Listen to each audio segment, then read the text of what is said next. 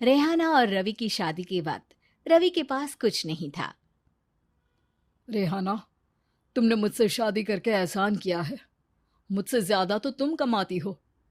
अरे तो क्या हुआ, एक दिन आएगा रवि कि तुम खूब पैसा कमाओगे।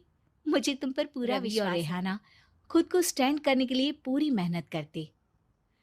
रेहाना, मैं नौकरी नहीं करना चाहता हूँ। तो कोई बात नहीं, मैं नौकरी करके घर चलाती हूँ, तुम बिजनेस सेट करने की कोशिश करो।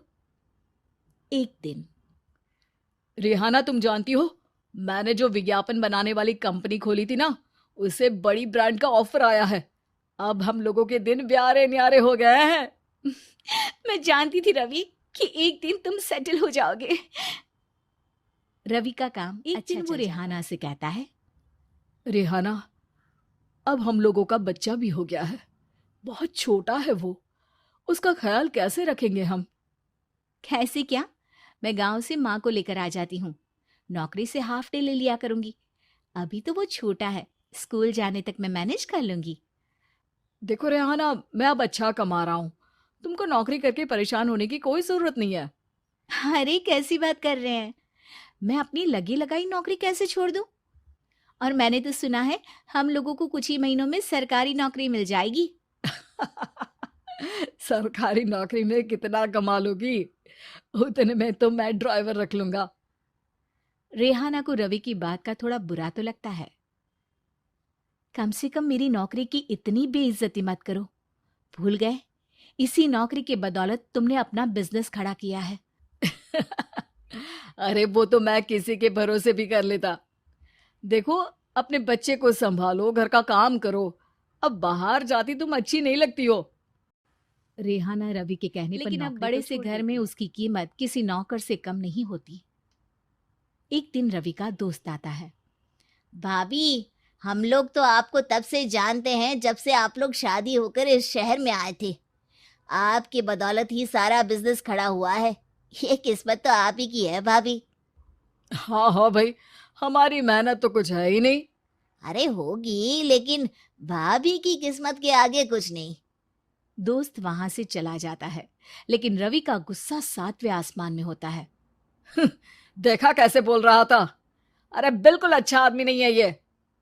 कैसी बात कर रहे हैं आप? प्रशांत भैया तो बहुत अच्छे इंसान है रवि। कैसे उन्होंने हमारे मुश्किल वक्त में हमारा साथ दिया था। अरे था पैसा तो साथ दिया, नहीं तो कौन पूछता है? रवि का व्यवहार पैसा आते ही अलग हो गया। वो बंदे को बंदा नहीं समझता। घमंड से घिरे रवि ने तो एक दिन हद रेहाना, ही कर दी। मैं अब तुम्हारे साथ नहीं रह सकता हूँ। क्या? क्या बकवास कर रहे हो रवि? क्या कहना चाहते हो? और क्यों नहीं रह सकते तुम मेरे साथ? देखो, मुझे कोई और पसंद है, और उसने साथ रहने पर बस यही शर्त रखी है कि मुझे तुम्हें तलाक देना होगा। रेहाना, जो कि एक स्वावलंबी महिला थी, उसने बिना देर किए रवि को कह दिया, कोई इश्यू नहीं, मुझे पैकिंग में 4 दिन का वक्त लगेगा, लेकिन तब तक मैं तुम्हारे साथ नहीं रहूंगी। 4 दिन के लिए तुम कहीं और शिफ्ट हो जाओ, मैं घर से निकलूंगी तो बता दूंगी। रवि घर छोड़कर चला जाता है। रेहाना को दुख होता है, वो रोती है, लेकिन व्यवहार से स्ट्रांग रेहाना को पति के वापस आने का और उसे सबक सिखाने का पूरा भरोसा था। फिर एक दिन, अरे शुशिका, कब शादी करोगे तुम मुझसे? यार मैंने तो सोचा था तुम शादी से पहले मुझे विदेश लेकर जाओगे, महंगी कार दिलाओगे। अरे सब दिला दूंगा, लेकिन पहले मुझसे शादी तो कर लो। हाँ हाँ, क्यों नहीं। मैं कुछ दिनों के लिए अपने मम्मी पापा के पास जा रही हूँ और लोगों से अपनी शादी की बात करूंगी। अरे शुशिका, कैसे रहूंगा मैं तुम्हारे बिना? अब तो शादी ही होने वाली है हम लोगों की। शुशिका रवि को घर आता है, जहां रेहाना को ना पाकर उसे सब अजीब लगता है। घर तो रेहाना के बिना कुछ नहीं है। बच्चे की याद भी आ रही है। चलो एक वीडियो कॉल कर लेता हूँ। रवि रेहाना को वीडियो कॉल करता है, लेकिन रेहाना फोन नहीं उठाती। रात को सोते वक्त मन कर रहा है मुन्ने को गले लगा लूं। चलो कोई ना, शुशिका से शादी के बाद मेरे और भी बच्चे होंगे। अगले दिन रवि ऑफिस जाता है, जहां टीना खड़ी होती है। सर, आपने अपने नए ऐड के लिए मॉडल की रिक्वायरमेंट डाली थी ना, मैं उसी के लिए आई हूँ। रवि टीना को देखकर खुश हो जाता है। अब शादी हो गई है तुम्हारी? नहीं सर, बस अच्छा सा हैंडसम और अमीर लड़का देख रहे हैं मेरे मम्मी पापा। रवि के दिमाग से तो टीना को देखकर शुशिका का ख्याल भी खत्म हो जाता है। अरे यार, ये लड़की मिल जाए कितनी सुंदर है। शुशिका तो इसके आगे कुछ नहीं है। आ, अब क्या तुम्हें ऐसा नहीं लगता कि मुझसे मिलकर तुम्हारी ये खोज खत्म हो गई है? आप ना, आप तो 2 बच्चों की पापा लग रहे हैं। अरे नहीं नहीं, मेरी शादी तो हुई थी, लेकिन बीवी को किसी और से प्यार था, मुझे छोड़कर चली गई।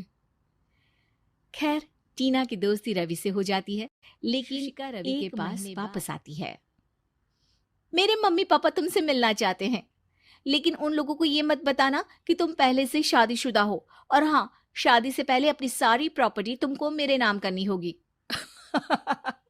अरे पागल, अब मैं तुमसे शादी ही नहीं करना चाहता। भला ऐसी लालची औरत से कौन शादी करेगा? तभी वहां टीना आ जाती है। रवि, ये पागल सी औरत कौन है? देखो, तुमने ही कह दिया ना पागल, तो पागल ही है। पता नहीं कौन है, कह रही है शादी कर लो, लेकिन शादी से पहले अपनी सारी प्रॉपर्टी मेरे नाम कर दो। बोल तो सही रही है। वैसे तुम जानती हो, मेरी एक सहेली है, उसके पति ने उसे पैसा आते ही छोड़ दिया, जबकि उसको खड़ा करने वाली ही मेरी सहेली थी। और मुझे भी भरोसा नहीं है।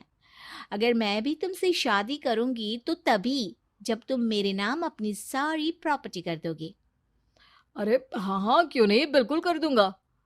रवि और टीना की शादी वो की अपनी तारीख सारी प्रॉपर्टी के कागज लेकर शादी वाली जगह पर पहुंचता है, लेकिन वहां टीना आती नहीं। रवि टीना को मैसेज करता है। कहाँ हो? सॉरी, मैं तुमसे शादी नहीं कर सकती, मुझे तुमसे भी ज्यादा पैसे वाला मिल गया। रवि को गुस्सा आ जाता है। वो गुस्से से सारा डेकोरेशन तोड़ रहा होता है कि वहां रेहाना आ जाती है। सर, क्या हो गया? क्या डेकोरेशन पसंद नहीं आई आपको? अ, तुम तुम यहाँ क्या कर रही हो? मैं यहाँ की डेकोरेटर हूँ। क्या आपको पसंद नहीं आई यहाँ की सजावट? रवि दौड़कर रेहाना के गले लग जाता है। मुझे माफ कर दो रेहाना।